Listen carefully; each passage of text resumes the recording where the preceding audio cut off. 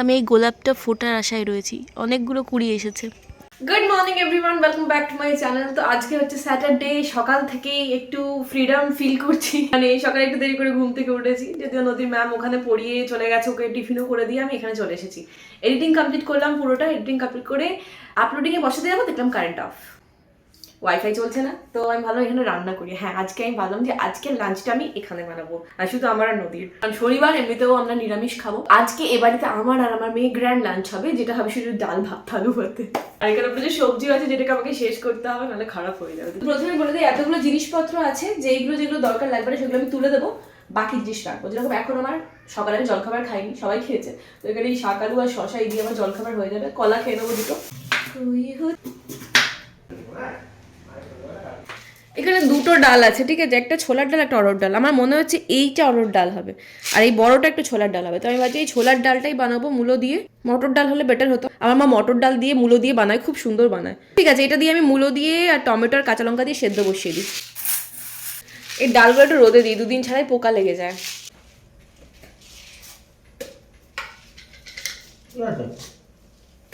আমি এখানে মূলো আর ডাল দুটো দিয়ে দিচ্ছি, একটা কাঁচা লঙ্কা দিয়ে দিলাম, এরপর হলুদ আর টমেটোটা দিয়ে দেবো। টমেটো দিয়ে দিলাম, অল্প একটু হলুদ দিয়ে দিচ্ছি। হ্যাঁ, ভাত, ডাল, পাঁপড় ভাজা, স্যালাড, এই দিয়ে আমাদের খাওয়া হয়ে যাবে। বল। আমার মা একটা রান্না খুব করে, তো এগুলো আমি নিজে কোনোদিন করিনি, করে চেষ্টাও মানে দেখিও নি কিরকম, বাট আজকে মনে হলো একটু ট্রাই করে দেখা যায়। তো আমি দেখলাম আমার কাছে এইটুকু বেসন পড়ে আছে, ঠিক আছে, তো এই বেসনটা দিয়ে আমি একটু বড়া করবো ভাবলাম। তারপর ভাবলাম পোস্তও আছে, পোস্তটাও নষ্ট হবে, পোস্তটা বেটে বড়া পোস্ত করবো। বড়ি পোস্তও করা যায়, বড়ি পোস্তও খুব সুন্দর লাগে, আমার মা করে।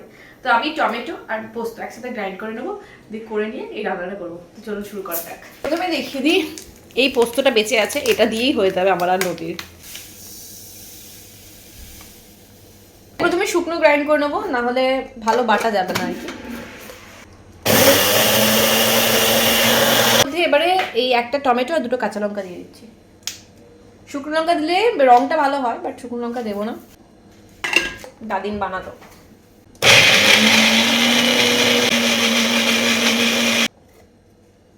পাপারটা ওই যে পাপার মাউসটা নিচে যা লাইট জ্বলে, ওটা অপটিক্যাল মাউস। ঠিক আছে, তুমি বাকিগুলো ড্র করে নাও ফটাফট। আচ্ছা, আমি চালটা এখানে ভিজিয়ে রেখেছি, বলে দিই এই চালটা তো বেশিক্ষণ টাইম লাগবে না। তো আমি বাসমতি রাইস করিনি, এটা গোবিন্দভোগ চাল, এটা তাড়াতাড়ি হয়ে যাবে, এটা লাস্টে করবো, আর এটাও ছক লাস্টে লাগাবো। তো আমি এখন বড়া পোস্তটা করে নিই। বড়া পোস্ত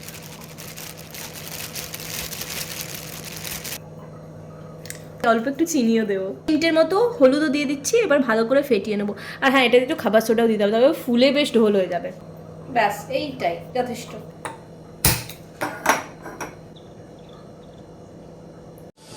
আচ্ছা, তেল ভালোই গরম হয়ে গেছে, এবার ছেড়ে দেবো বড়াগুলো।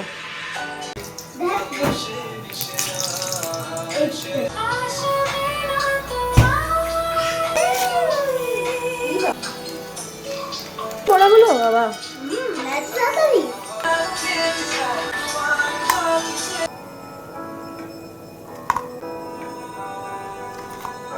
কি সুন্দর ফুলেছে, দেখেছেন বড়াগুলো?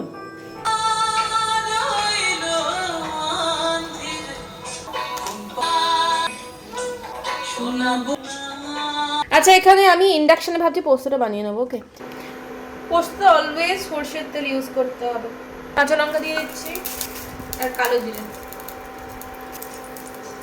কালো জিরে, জানো তো খাবারের টেস্ট না 70% নির্ভর করে জলের উপরে। জানো তো, আমাদের এখানে জলটা না একদম ভালো না, হার্ড ওয়াটার।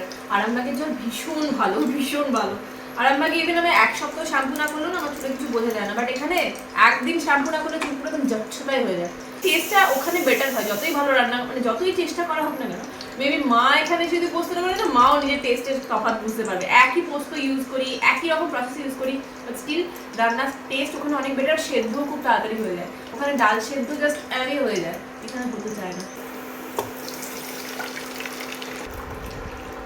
আচ্ছা, পোস্তটা ফুটে গেছে, এরপরে বড়াগুলো আমি দিয়ে দেবো। লাস্টে একটু কাঁচা তেল কাঁচা লঙ্কা দিয়ে নামিয়ে নেবেন, ফাটাফাটি লাগবে খেতে। একটা বড়া ভাজা খাবি? আচ্ছা, এই বড়াগুলো এত সুন্দর ফুলেছে, এগুলো না হতে বেশিক্ষণ টাইম লাগবে না, বড়াগুলো গলে যাবে, তাই আমি বন্ধ করে দিলাম। আর এমনিতেও পোস্ত বেশিক্ষণ ফোটে লাগে না, পোস্তর টেস্ট নষ্ট হয়ে যায়।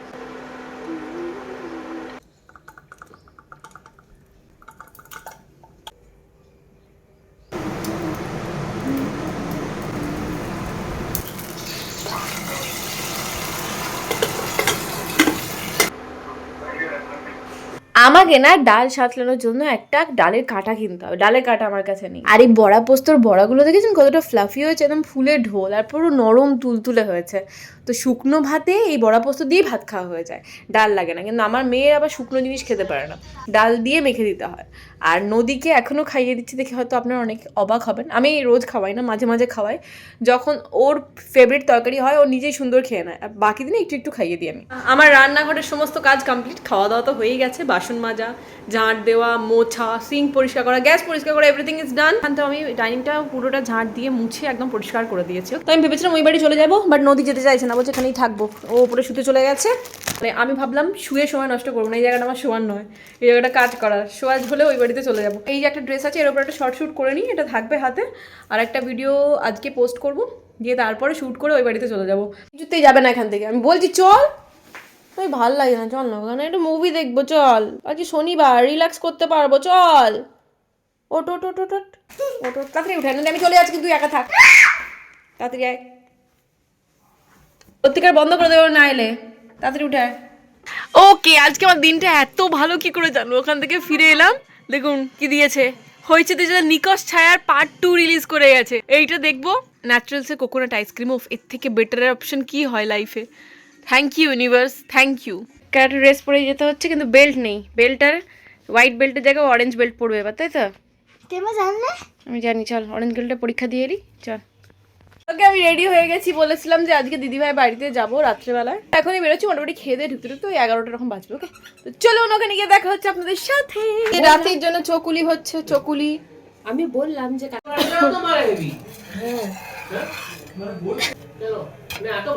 একদম পাতলা পাতলা চকুলি হয়েছে, এটাকে উড়িষ্যায় চকুলি বলে, আমাদের এখানে সরু চাকলি বলে। চাকলি দিয়ে জেনারেলি আমরা সবাই গুড় দিয়ে খাই, বাট উড়িষ্যার মানুষরা ঘুগনি দিয়ে খায়। দিয়ে মানে ধরো চিকেন দিয়েও, মশলা চিকেন, ওই যে গিলে মেটে বলছি না, গিলে মেটে দিয়েও দারুণ লাগবে খেতে, ওটা বলছি। আরে উড়িষ্যাতেও খাই তো চকুলি দিয়ে তোর চিকেন কারি, চিকেন কষা কষা করে।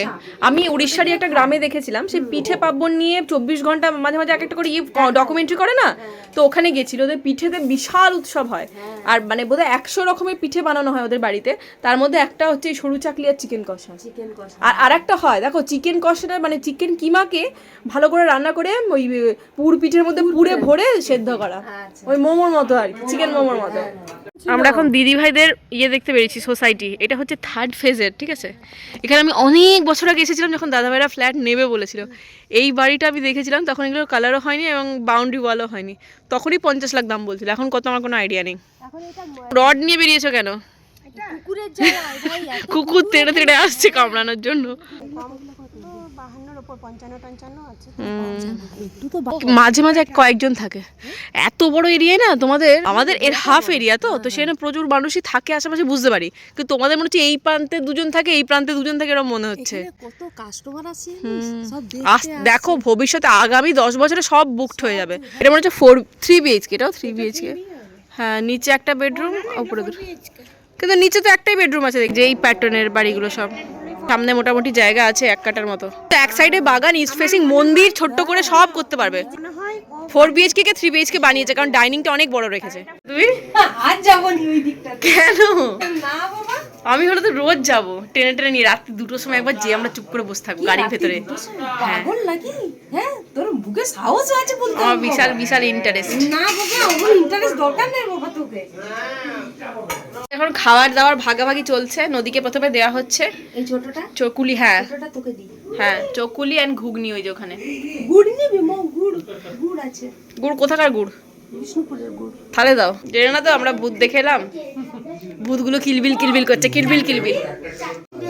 কেটে গেছে, কি করে কাটলো? কি করে কাটলো? দাঁতে দাঁত লেগে গেছে। ওর মাঝে মাঝে একটু কেটে যায়, অসুবিধা নেই। এটা হলো বিষ্ণুপুরের খেজুর গুড়। এই প্রথম ভালো গুড় একটু টেস্ট করবে এবারে। ঘুগনি গুড়টা খেয়ে দেখ না। প্রথমে সরু চাকলি দিয়ে একটু গুড় দিয়েই খায়। আবার পা আটকে গেছে। ব্যাস, হবে না, মিস্টার মুখার্জি শুরু হয়ে গেছে। এই যে পাতে ঢেলে নিয়েছে ঘুগনি দিয়ে, এবার কাঁচা লঙ্কা দিয়ে চট খাচ্ছে। এবারে বিট নুন ঢালবে, দিয়ে তারপরে চকুলি সব একসাথে চটকে চাটকে চলে এলাম নদীতে। পুরো এসেই পুরো ঘুম, মানে এত টায়ার্ড হয়ে গেছে। আর কারাটে করলে না হয়তো মানে ছোটাছুটি ওদের এক্সারসাইজ প্রচুর হয়, সেজন্য পুরো একদম টায়ার্ড হয়ে গেছিল। ঠিক আছে, তাড়াতাড়ি শুয়ে পড়ো। তাড়াতাড়ি করে 11:30 বেজেই গেছে। কালকে দাদা ভাই বৌদিরা সবাই আসছে, এখানেই খাওয়া দাওয়া করবে। তো কালকে একটা নতুন দিনের শুরুবাত। কালকে ব্লগটা সেরকমভাবেই শুরু করবো। দেখা হচ্ছে নেক্সট ব্লগে। ভালো থাকবেন, সুস্থ থাকবেন, সবাইকে ভালো রাখবেন। Bye bye.